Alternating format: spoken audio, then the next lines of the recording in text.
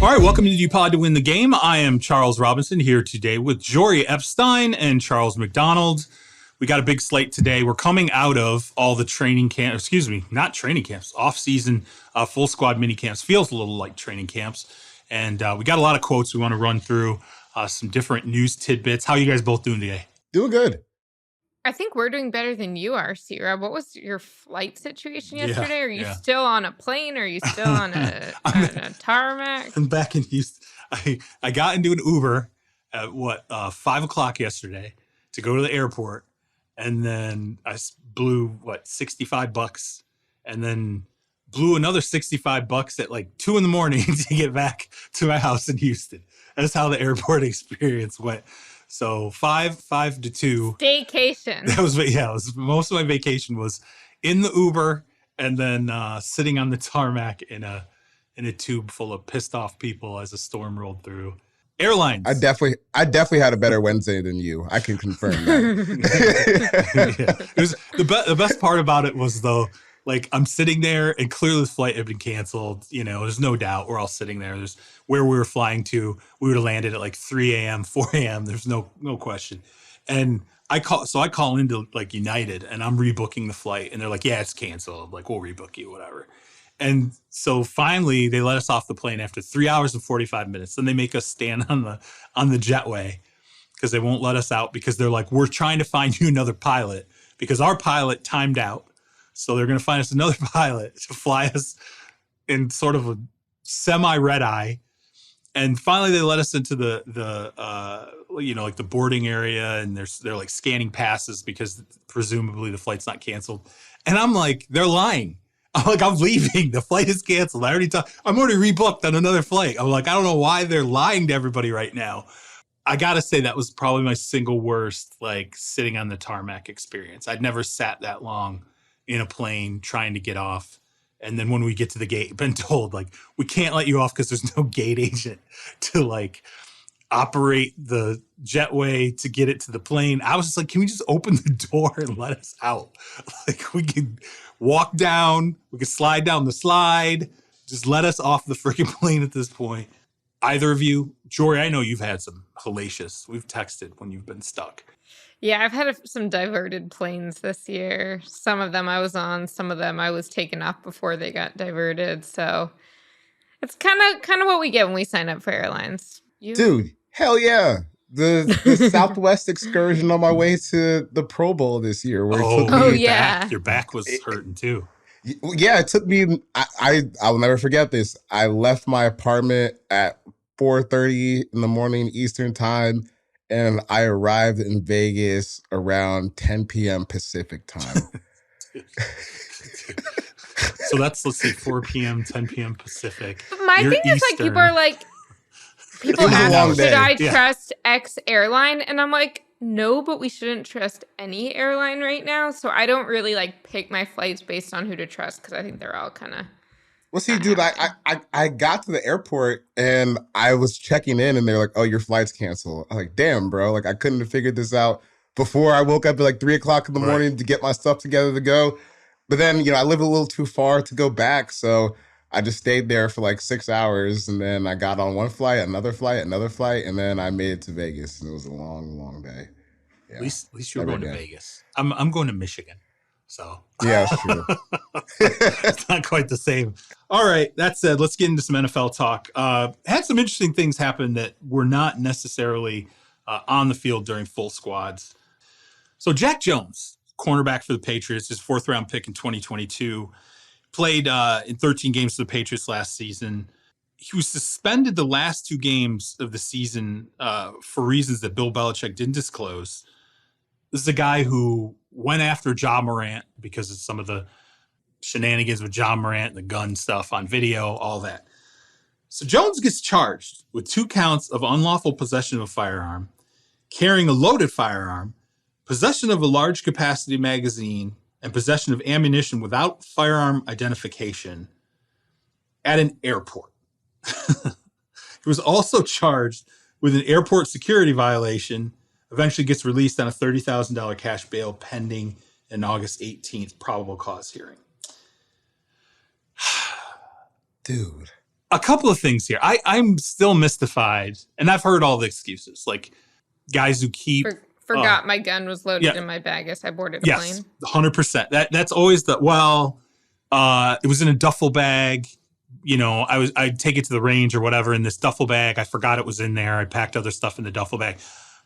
I'm a gun owner. I've talked about this before on the podcast. I could tell you right now, there is no handgun that I own that I could possibly miss packing a bag. There's no way. And especially, by the way, a high capacity magazine.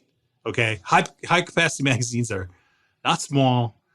I'm dumbfounded that you would go to an airport with a gun, completely mystified over this. And I feel like this happens every couple of years. We have somebody show up to an airport with a gun, and it makes no sense. It doesn't make any sense to me right now. It's like waking up and say, you know what? I think I'd like to be arrested today. How about that? Like this, I'm walking into an airport with guns and ammunition thinking everything's going to be fine.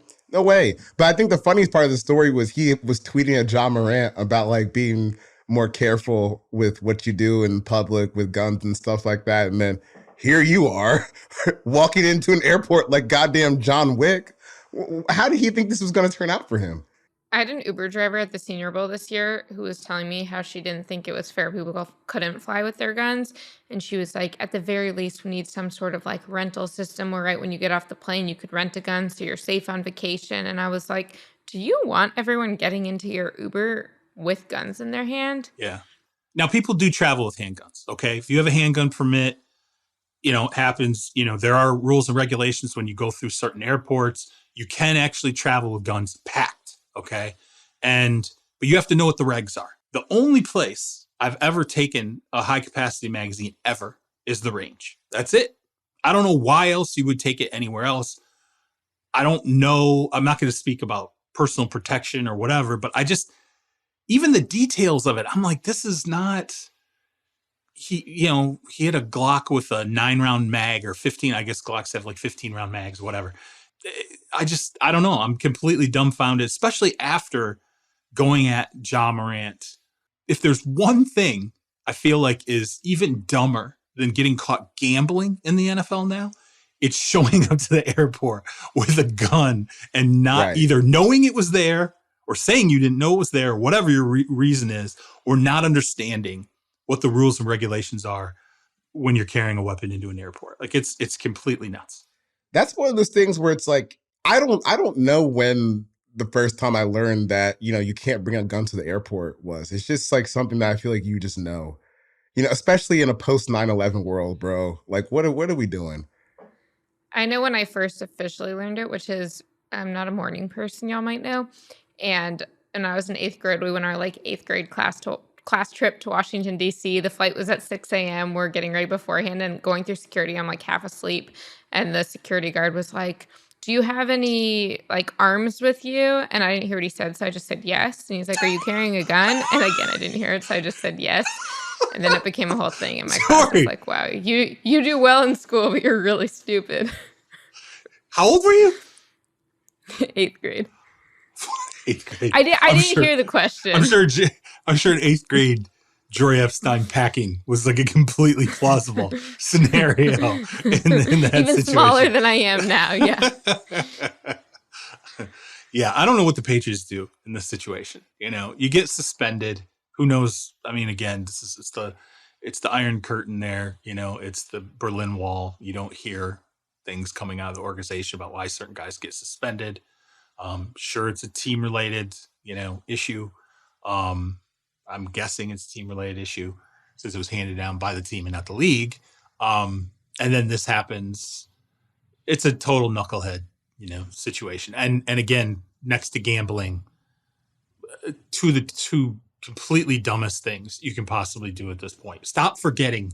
If you're saying you forgot you had a gun, maybe you have too many guns, and I own guns, okay? And if you're forgetting where a gun is, you probably have too many guns, or you're doing too much, especially if you're forgetting you have a high-capacity magazine with that gun in your possession, and you're heading to the airport. So the one thing that's going to save Jack Jones here is he was good last year, promising.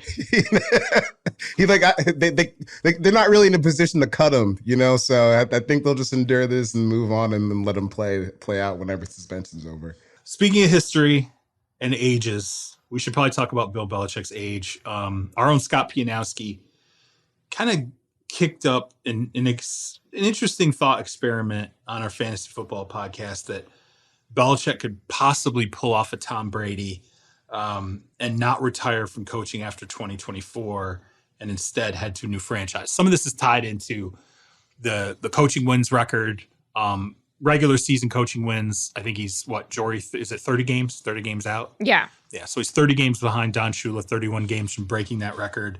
It is something that I think it's been known for a while that he's interested in pursuing. Would seem to be with this current iteration of the Patriots, it's going to take more than 2 seasons to do that. Through the years, and this is, I don't know how many times I've heard this, but his contract is so secretive. The terms are nebulous. You really never know exactly how much he's making. You never know exactly the length of time. But I can remember a couple of periods over like the last 10 years where it was like this idea that Bill was aligning certain members of his staff and their contracts with his, so that if he ever decides to leave, their contracts come up at the same time his contracts come up, and it gives him an opportunity to leave for, say, one team that came up in the past. I can remember prominently talking to different people. It was the Giants. He always got his eye on the Giants. He wants to take over the Giants someday and bring over some elements of his Patriots staff and finish his career there. You think this is Bill's path? It's not like he only coached for the Patriots anyway. He had the Cleveland Browns stint. Everybody knows that. But created this Hall of Fame all-time winning persona under the New England Patriots. The question is, do you think he's actually loyal forever to the New England Patriots? I think it's less about him being loyal forever and more about also what's going to get him there. Yes, he wants a team he can win with. He might feel at some point he doesn't have the roster in New England that's going to get him there as quickly.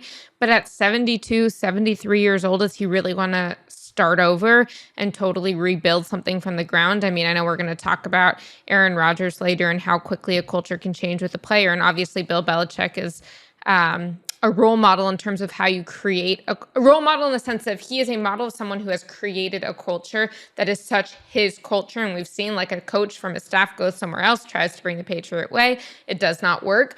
But still, if he goes somewhere else, I think that it is going to take him time to get that culture in place. I think it's going to take him time to get the playbook in place. And so I think that it's not about him being loyal. It's just not worth it for him unless things get really, really bad in New England and he feels like there's this just ready-made team somewhere else. Yeah, I think when you look at Belichick, part of this is not only being loyal to the Patriots, but also him being loyal, or Patriots being loyal back, because they've had a lot of success together. 6 Super Bowls, all of the AFC title games, all the AFC East championships.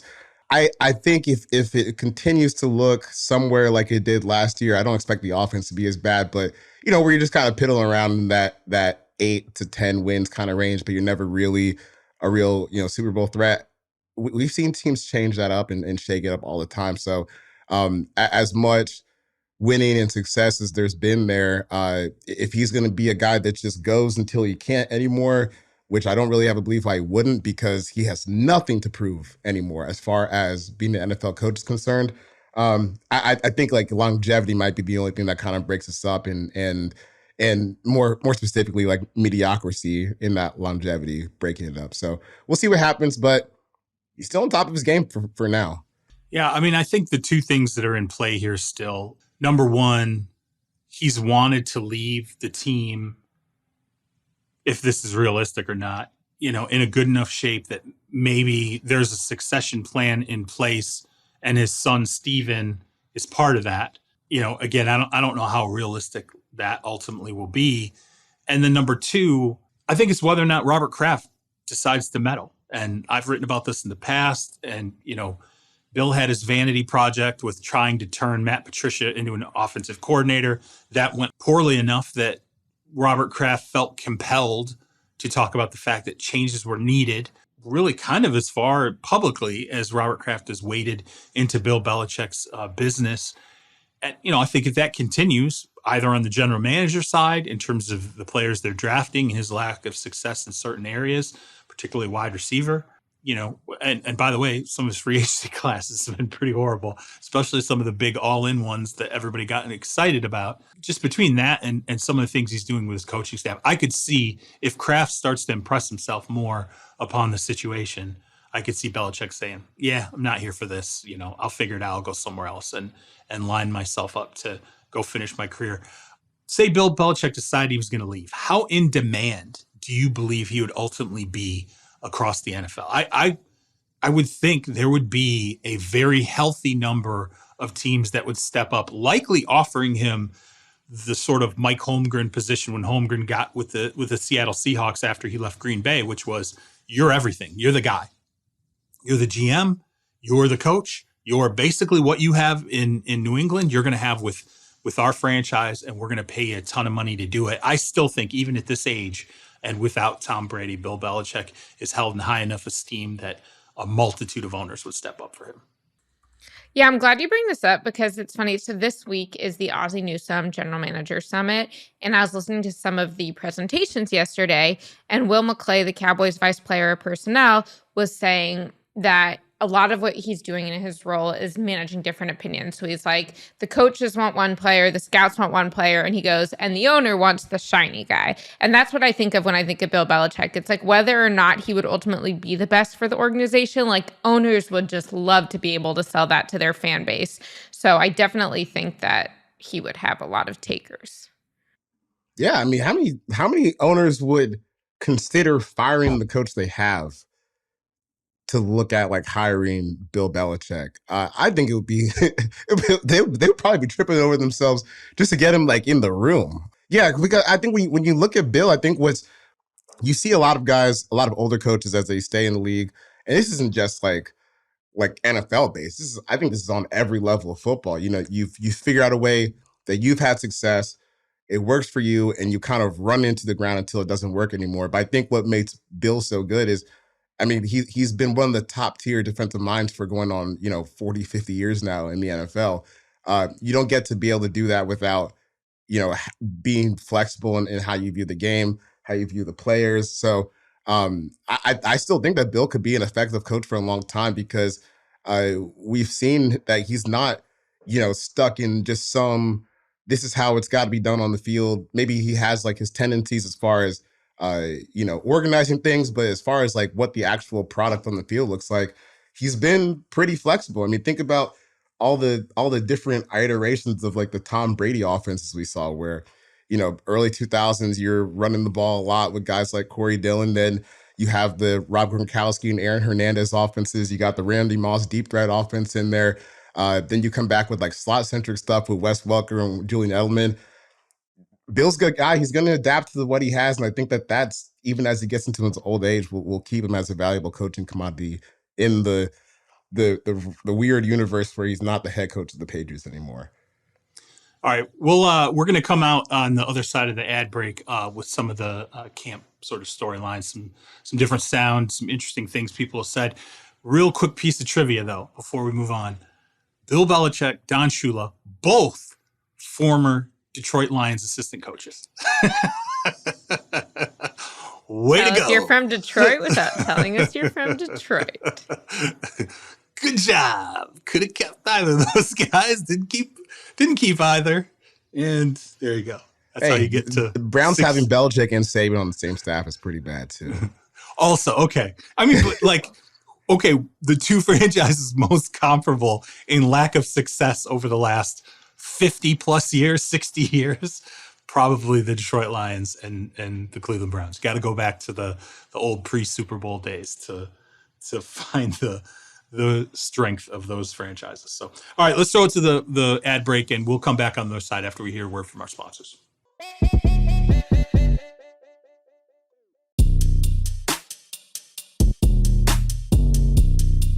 All right, welcome back in. We're going to get to some of the minicamp chatter that came out of full squads.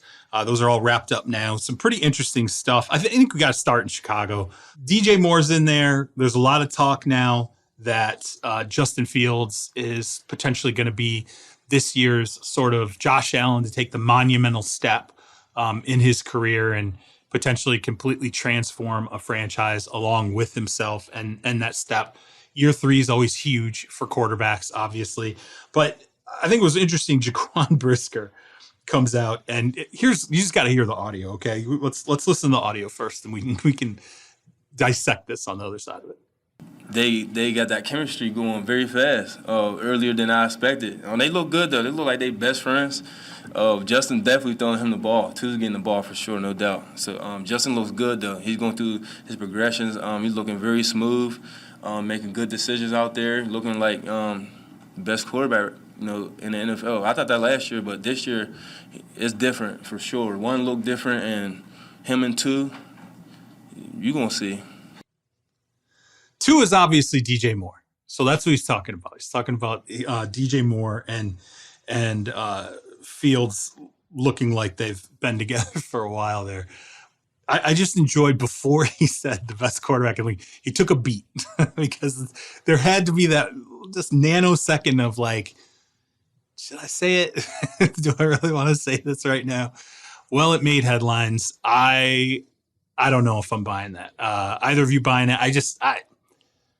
He had wonderful moments last year, obviously transformative, running the football at times, looked like this era's Michael Vick, exquisitely talented. I don't know yet if I'm ready to believe that we're going to see him become, quote unquote, the best quarterback in the NFL. He's tough for me. He's kind of an enigma because, I honestly felt when you got to the end of his rookie year, like I specifically remember the Steelers game and the Vikings game to close out his rookie year. It looked like as a passer he was figuring it out. And I think like towards the end of his rookie year, there was a handful of games where you saw, this is what Justin Fields like peak as passer can look like. All the arm talent's there. He was making some big time throws, accurate down the field, aggressive. And then I kind of felt like as a passer, he took a step back last year. But then you kind of made up for it with, oh, wait, you might be the best athlete in the NFL with the ball in your hands. And it's funny because when I was watching him in college, I always knew he was a good athlete. I always knew he was big, he was strong, he was fast. But then this year, you kind of got to conceptualize it a little better where you're like, oh, you might be the best athlete on the field. And it's not just, it's not just like being fast. He's, like you said, he's got like that Michael Vick breakaway speed. And it's really impressive. But for him, it's just you got to be a more consistent passer. But I do think he has it in him. I think there were stretches even towards the end of last season where you started to see it again. But it's a big leap, to go best quarterback in the NFL. I'll give you most exciting quarterback in the NFL because he's liable to take it the distance every time he can break the tackle box. But you heard in his voice, we're not quite there yet. I will say that for those who stick around to the end of the podcast, which you all should, this is not the craziest claim of best quarterback in the NFL that someone made recently, and we will have audio on. So I am actually, while I'm not buying it, I'm buying it more than I will buy a later one. We'll get there. I think also in terms of he's looking like the best quarterback, well, you're only seeing like the guys on your team. But I think that I like that you brought in Josh Allen because the question is, what does it even mean for him to take this leap? Like, how are we defining it? Is it production? Is it efficiency? Is it being able to totally light it up with his arm? Or also is it decision-making arms versus legs? So, when Josh Allen had that year, he improved his completion percentage from 58.8% to 69.2% in 1 year. And also touchdown interception ratio went from 20 to 9, 37 to 10. And so I think if Justin Fields can make this improve that completion percentage by about 10%, it's less about is he specifically scoring with his arms and in the passing game and more about is he, utilizing the passing game more effectively, which again is not only about him, it's also about the protection he has. It's also about DJ Moore, a guy who's averaged over 1,000 yards across 5 seasons of his career. As we continue to see what he does during the season, that will be really important, is defining the terms of what we're actually looking for his improvement. I'll just say this before we move to the next one. If you're buying him being the best quarterback in the league or having that, I don't even want to, let's be honest. No one's really buying that at this point. Not yet before proving it.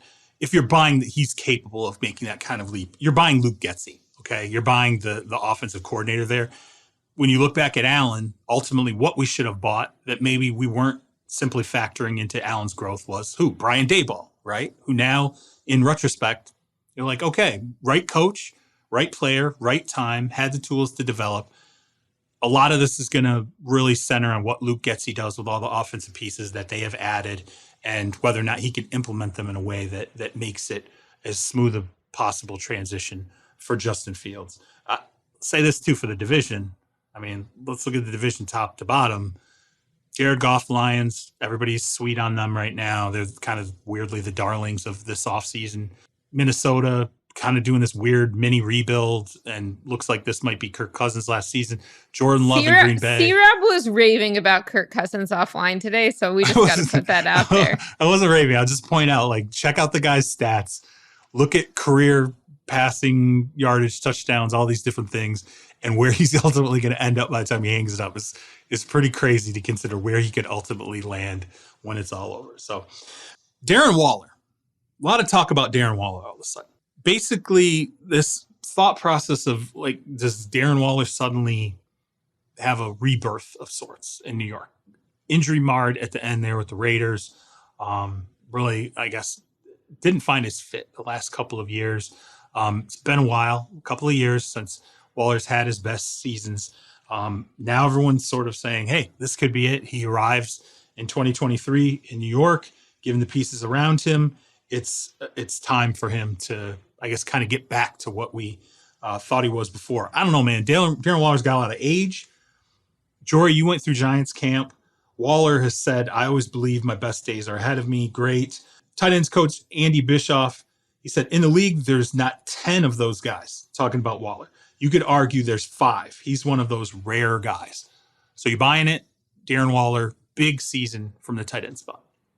I'm buying that if he stays healthy, he's going to make a big difference. I mean, first of all, it's funny when you hear the words they're using. He's a force multiplier, a difference maker, a mismatch problem. I mean, you got all the buzzwords. I have also decided that literally every team during minicamp or OTAs called at least one player on their team a unicorn. And then you at first you see it and you're like, well, that's catchy. And then you see everyone's a unicorn and you're like, okay, that kind of defeats the purpose of unicorn.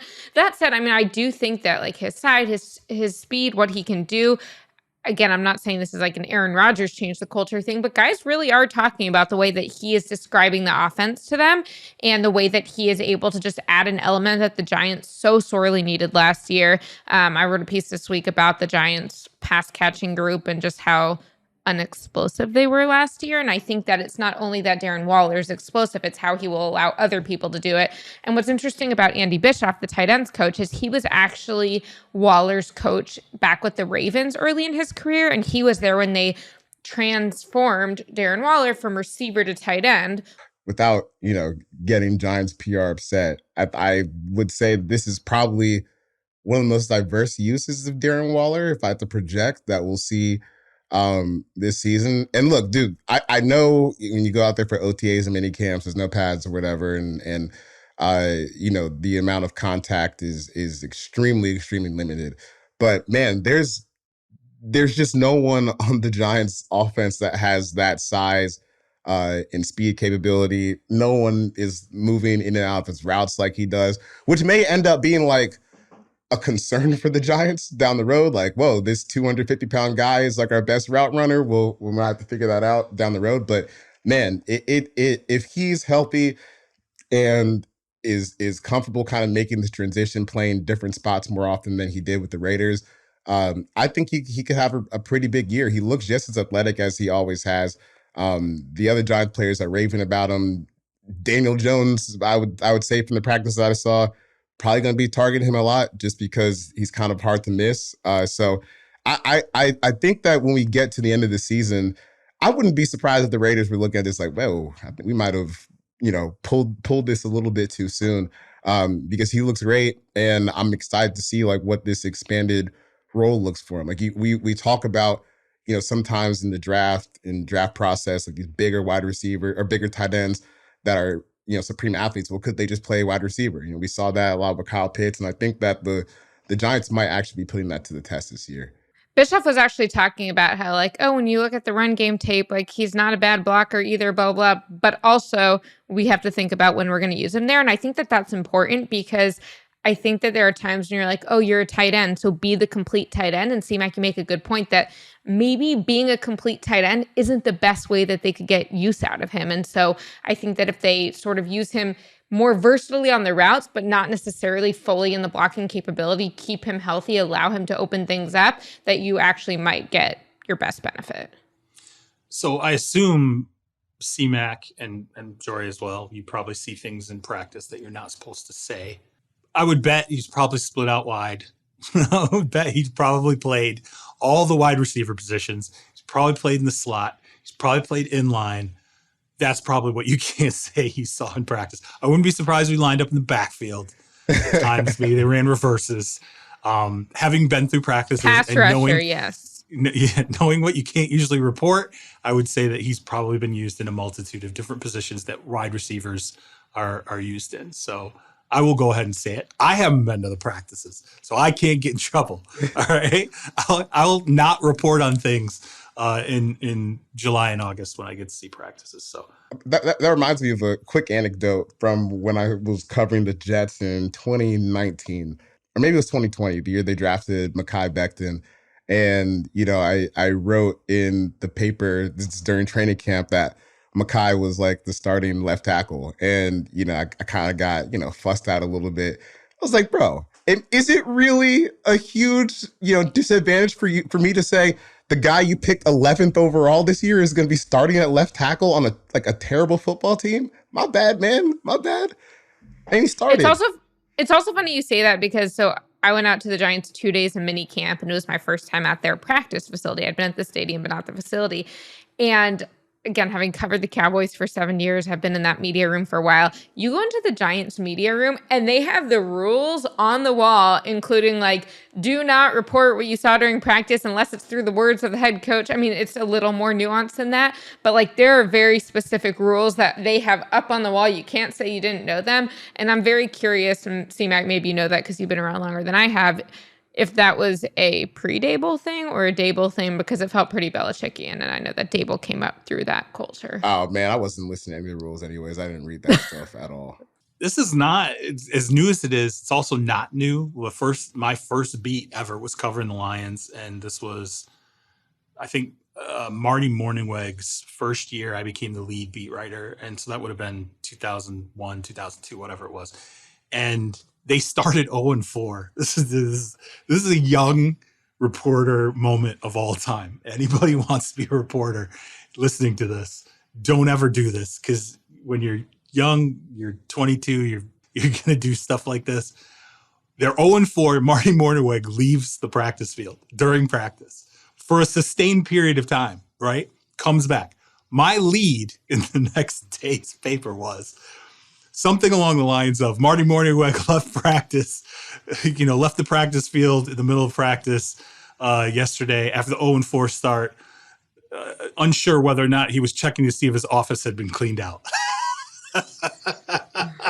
Dang. It was an all-time. Mic drop. Needless to say, the next day, walking out to practice, and I told Therese this story. Did not work.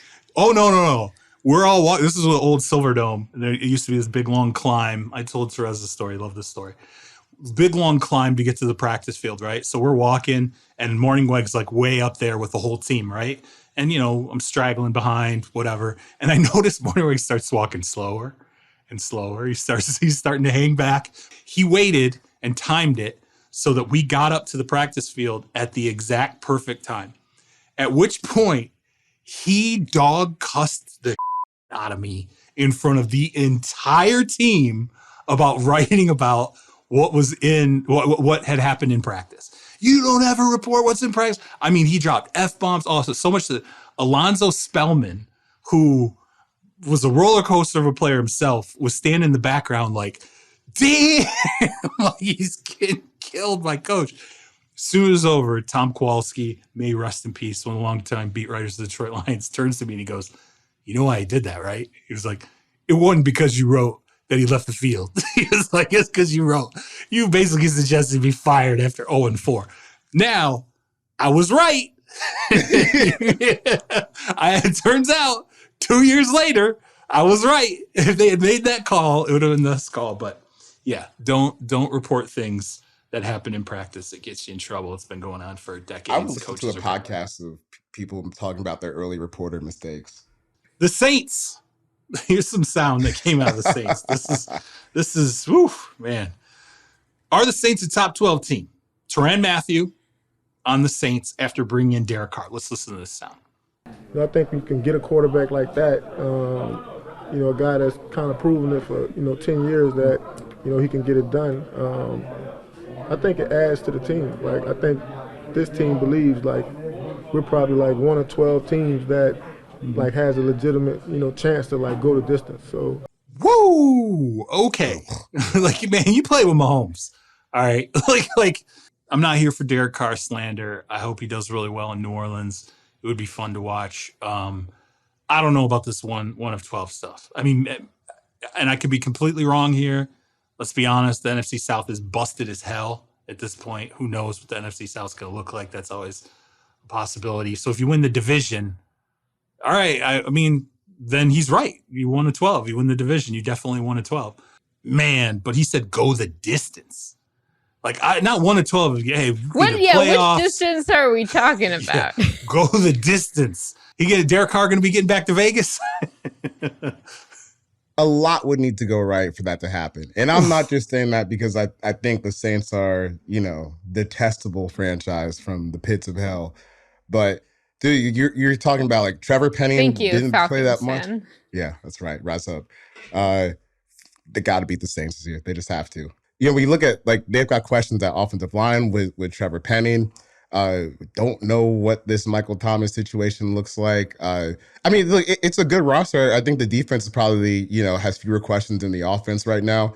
But, I think there's a difference between, we expect to be, one of the 12 teams playing the playoffs, because I expect them for that, too. At least for this season, Derek Carr is pretty comfortably the best quarterback in the division. We'll see what happens with Bryce Young and Desmond Ridder over, the next few months. But as of right now, Derek Carr is comfortably in that throne. So the expectation for them should be to win the division. But man, to put that expectation on yourself once you make the playoffs to go all the way, you got some work to do before you can get there. I mean, and look, I know there's not a whole lot of good teams in the NFC, but is this team better than the 49ers or the Eagles? I certainly don't think so. So, look, I appreciate guys giving support to their team and pumping up their teammates, especially during this time of the year. But let's pump the brakes on that one. I'm not buying that at all. Guys, you know what I'm picturing? I'm picturing this situation where we get to that the NFL is you're saying that you're going to be top 12. You can't bet on your team like that. And it becomes a whole gambling violation. I don't really know what to make of the Saints, but at first I was you're one of the top 12 what? What are we competing in? Is this top 12 NFC South teams? I do think that their division is bad and their conference is weaker than usual, which helps them. I really want to see this team take the fire to be we need to be better than Sean Payton's team. I don't know that they're going to, because I don't know that they all have ill will, but he did walk out on them, and he is now coaching Russell Wilson. So go prove, and this is not a Derek Carr issue. Derek Carr wasn't there, but go prove that you can do things without him as he tries to build somewhere else. And if you look at their defense, they were a top 10 scoring defense last year, top 5 defense in yardage. So they definitely are kind of a under the radar team in terms of what they're doing. The problem is that could have worked to their advantage until you start saying things like, we're top 12, but also I can't stand how sanitized today's environment is, so I'm not discouraging it. I'm just noting you're no longer under the radar. If you keep saying it, tell us all, tell particularly the Charles and I, tell it to Yahoo Sports. But I do think if you have that kind of defense and you upgrade from Andy Dalton to Derek Carr, which should be an upgrade, they have potential. I just think there's a lot of question marks on if that potential is actually going to land. I think what you see with the Saints, over the past few years, is you become so dependent on some of these, younger and cheaper players to play well for you over time. Because, you go back years ago, right, when everyone was saying the cap is fake, cap is fake, cap is fake. But if you look at where the Saints roster has kind of fallen over the past couple of years is, you get top heavy, right? You start having to gut some of that middle class of your roster that really provides the depth that we see from, legitimate Super Bowl teams. I think for a lot of positions that the Saints have, especially on defense, you can kind of go player for player with a lot of teams just as far as starters go. But then when you start looking at teams like the Eagles and the 49ers and the depth that they have, that's where you start to lose out on, to me at least, where this Super Bowl dream kind of, rises and falls. You have a pretty top-heavy roster, might be able to win a playoff game, should win the NFC South, but I don't think you get much further than that. I get it. I think those are all valid points. I look at the Saints, and so much of it is predicated on just health. Yeah, the middle class of the roster had to be gutted. They had cap problems. Drew Brees, that last year when he had lost a lot of his arm, and then the subsequent attempt to clean up the position with different quarterback, it was never really going to work. And I can see why Sean Payton bolted when he did, because you could see the rebuild was definitely in effect at that stage. But it's not talentless. I just feel like you have to have car play at a really high level. Everybody's got to actually be healthy. Michael Thomas, I mean, come on, man. How long have we been waiting at this point for Michael Thomas to round the bend on, his health and that ankle? So Alvin Kamara, I mean, another one, right? Like, how long are we going to wait for these players to be available on the field and playing at the high level, playing up, honestly, to the extensions that they ultimately signed, because it's felt like none of them have really lived up to it. So Aaron Rodgers. Can Aaron Rodgers turn a franchise's culture around in one offseason the way that Tom Brady turned around Tampa Bay? So you had Jordan Whitehead comes out and he says, he's talking about Rodgers and whether or not Rodgers could have the Brady effect on the Jets. He said, it was kind of the same situation I fell into when I was with the Bucs. We had a great defense the year before, and we just needed one piece that was missing. I tell the guys it's kind of like deja vu for me. I let everyone know that we have the right group. I mean, you buying or selling this? Like, my thing is, Tom Brady brought Gronk, okay? Tom Brady brought Antonio Brown, who was a very valuable piece. You can say whatever you want about Antonio Brown off the field, on the field, especially on game day. Extremely vital piece to be able to win a Super Bowl in year one. Health was paramount. Surrounding pieces were paramount. I love the Jets. I do. I think there's a ton of talent ultimately on that team. But I don't know if Rodgers is Randall Cobb. Sorry. I don't know, man. Some of these pieces he's brought with him, I don't know that I would put him in the Gronk, Antonio Brown class of the Bucs championship year. And by the way, I want to mention one thing real quick here. Tom Brady, at that point, especially that offseason, was about football and else, okay? Like, he had guys in the park practicing when you weren't supposed to be practicing. He was pushing everybody. He broke into a dude's house to take the playbook. We thought he was going into Byron Leftwich's house, and he goes into a fan's house on accident next door to pick up the playbook after he signed. Best day of the fan's life. Yeah, best day of the fan's life to have Tom Brady just walk into his house. Look, no offense to psychedelic conferences and Aaron Rodgers talking about ayahuasca. Maybe this year, since you went to the Jets and so much is on the line, stop around and lock in. There's a piece of your legacy that's on the line here, just like it was for Brady when he left New England to go to Tampa Bay. If you're going to compare Aaron Rodgers to Tom Brady, make sure the guy is locked in and all about football and maybe bringing better pieces the way Tom Brady did when he went to Tampa Bay. So that's where I sit on this. I actually disagree. And so then, C-Mac, you break the tie. I think that, should he be speaking at a psychedelic conference week 2 on Thursday night after practice? No. Do I think it's going to keep him away or create an issue if it's happening like late June? I actually don't. And it doesn't mean that I think that Aaron Rodgers is Tom Brady. Tom Brady has always been so different, even from that upper echelon of likely Hall of Fame and already Hall of Fame players. That is who he is. Aaron Rodgers, when he was performing at his height, I think was doing that with all of these distractions. You might not like it. You don't have to. You might not trade for him if you don't like it. But I think that's just who he is. And I don't know that his teammates are impacted by it. You could also say, okay, Tom Brady was taking the guys out for the park. Well, Aaron Rodgers is going to his teammates' award ceremonies with them. He's taking them to the playoff games. And so it's not that I agree with everything he's doing from a personal standpoint. I just don't think it's going to be a football issue. Now, the bigger reason why I would doubt that they can just get Rodgers and win it in a year is just because football is a game of variability. And even if they have a cast that's talented enough, the likelihood that they stay healthy enough to do that, I think, is unlikely. The likelihood that enough things go their way, I think that they should be a contender. I just don't think they're going to get all the way. But if they don't get all the way, I don't think it's going to be because he spoke at a psychedelic conference in June. I think maybe this is, you just give him this time to get it out of his system, go talk about this stuff, and then lock in July. Look, like last offseason, right? Yeah, like last offseason.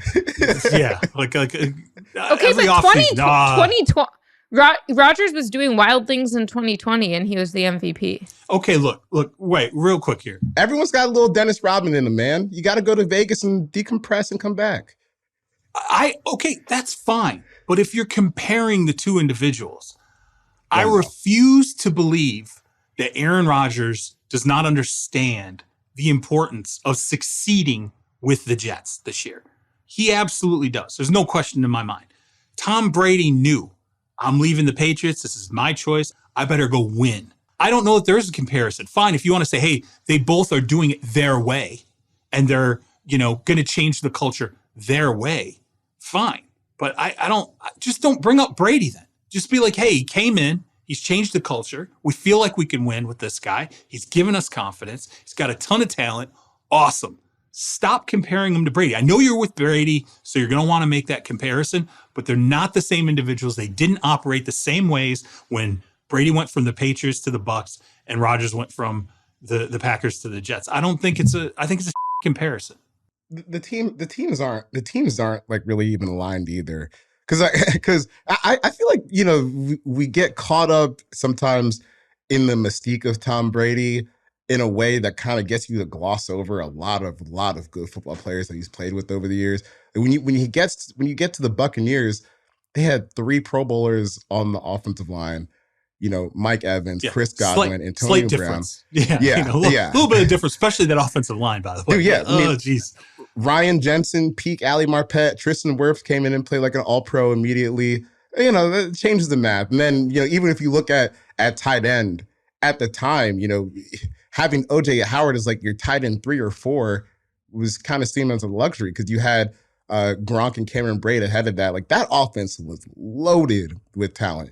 It's not quite the same here. But again, it's not like guys are going to rag on their teammates either. So I kind of get stuck on how much stock to put into this. But to think, the idea that this could be like a Brady-like success story, I'm not even there yet. And that's not even factoring in the division that he's walking into was much tougher than like the disassembled NFC South that Brady joined when he joined the Buccaneers. Like you had 1 year of battling with the Saints, and then it was kind of your home cooking against the rest of the division after that. Yeah, I don't think he's saying that Rodgers is going to do it the Brady way. I think that he's saying a great quarterback is leaving a franchise pissed off about how the franchise treated him and is going to try and go win somewhere else with a cast he's assembled. So I understand the comparison. Now let's see if it works. But I also think, Sierra, if we're going to say like, oh, all we care about is football, then what we should care about is, was he at those OTAs? Was he at the minicamp practices? Well, they ended up canceling minicamp. And he was there. Like that to me would be more valid criticism than what's he doing now that it's over. I think I'm just tired of hearing. I like that we disagree on this. Every single offseason, all I hear is, Aaron's opinion on this, Aaron's that, all this stuff. And I'm like, all right, fine. Cool. You're with the Packers. You've been there forever. You're taking your constitutionals as a player that's been in a franchise forever. I don't know, man. The Jets rolled the dice on you. Okay. Jobs are on the line. Robert Saleh's job's on the line here. Joe Douglas's job's on the line here. All the assistant coaches, their jobs are on the line here. Everybody's job. And by the way, not just for how you perform, for you. For the acquisition of you.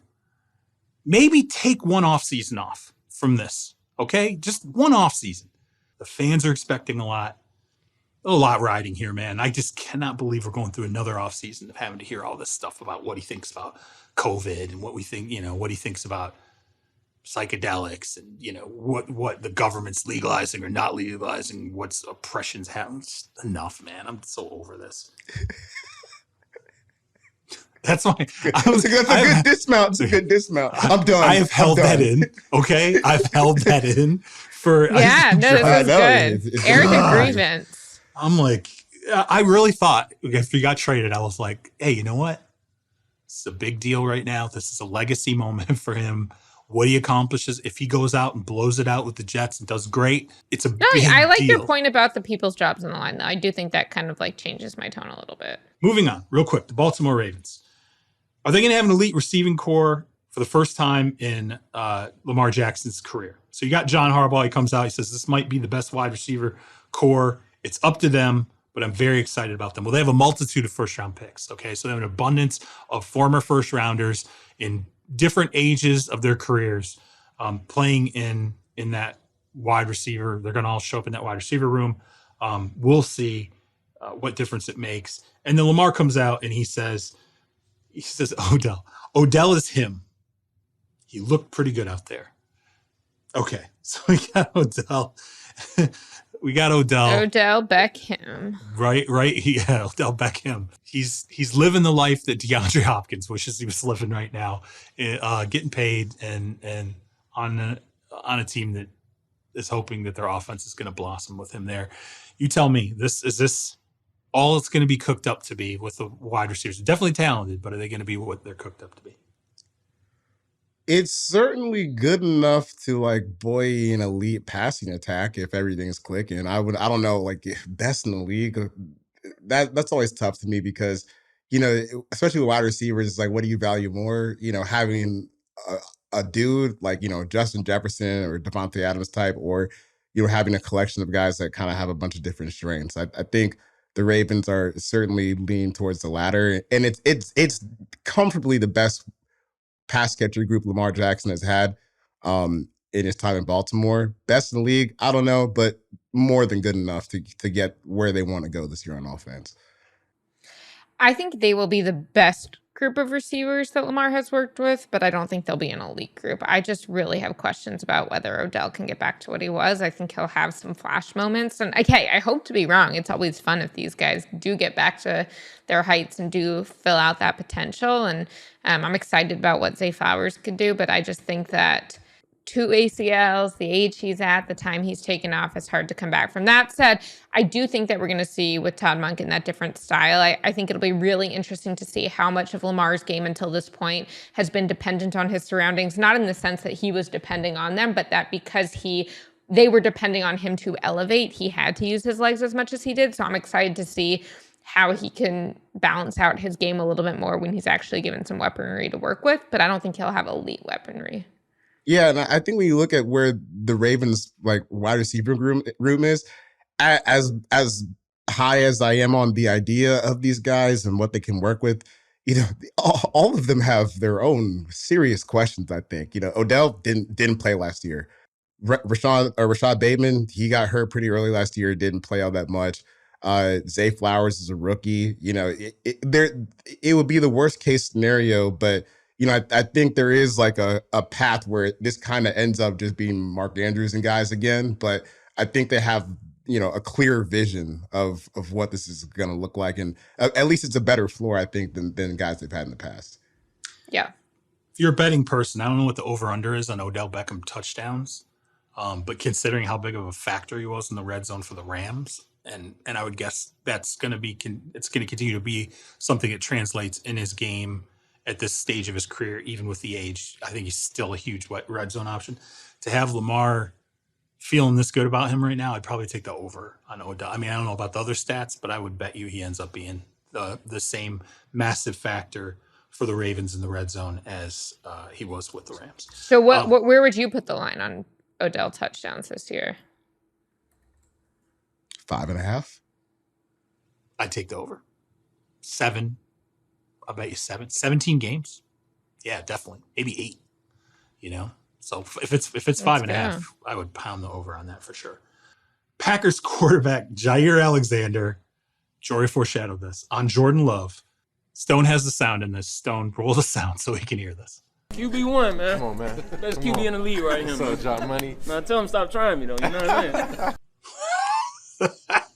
Jordan Love, best QB in the league. You heard it from Jair Alexander. I don't need to hear from anyone who turned down $700,000 to not come to practice. I know Jair's got his own thing. He's going to show up in shape, but all you have to do is show up to Packers practice and you get $700,000. I don't need anyone telling me anything about anything after that. That's where the credibility went out the door. That's where the credibility died for me. I just think it's hilarious because you sat there at the owners' meetings and I watched Matt LaFleur kind of try to really pump the brakes on the Jordan Love stuff. Like, let's be patient and Jordan's going to take time to grow and, the expectations got to take a step back and all these different things. Heard that all right up until this. And then now QB1, best QB in the league. Sure. I guess we'll wait and see. How about that? Man, wait. How about the NFC North, though? How about the NFC North? Stacked with the best two QBs in the league between Justin Fields and Jordan Love going head-to-head. Now watch that actually be the way it plays out. Okay, so my conspiracy theory is that Jaquan Brisker says this about Justin Fields, best QB in the NFL, and he's like, I don't know if I should have said that. Then Jaquan Brisker goes, hey, Jair Alexander, you just lost out on $700,000. What if I give you like $50,000 to say that Jordan Love is the best QB in the NFL so I don't look so stupid? Yeah, I don't know it's possible. If they pay me $50,000, I'll say they're both the best QBs in the league. So, all right. I think that's good. We don't have to dive into the Jordan Love stuff. We're going to have plenty of time to do that. Hope everybody enjoyed the show today. It was a super long one. We will be back next Thursday, so be sure to tune in for that. You can get us on Twitter, myself at Charles Robinson. You can get Jori at Jori Epstein. You can get CMAC at 4Verts. You can get Stone Rochelle at SJ Rochelle. And as always, help us keep Therese Paylor's legacy alive. Check out breakingtea.com/Therese. That's capital T in breakingtea.com. For the All Juice tee or hoodie, remember that proceeds from that purchase go to support the Therese Paylor Scholarship at Howard University and Power Mizzou. Wear the All Juice tee.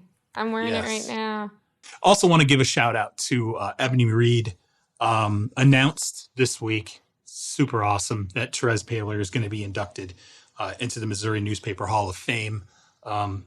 Big shout out to Ebony for really working to make that happen. I think it's fantastic. I mean, that's something that no question in my mind, Therese would have been absolutely overjoyed about. He was never going to leave Missouri.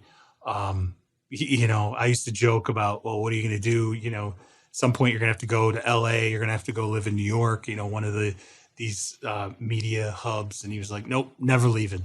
Staying in Kansas City for life.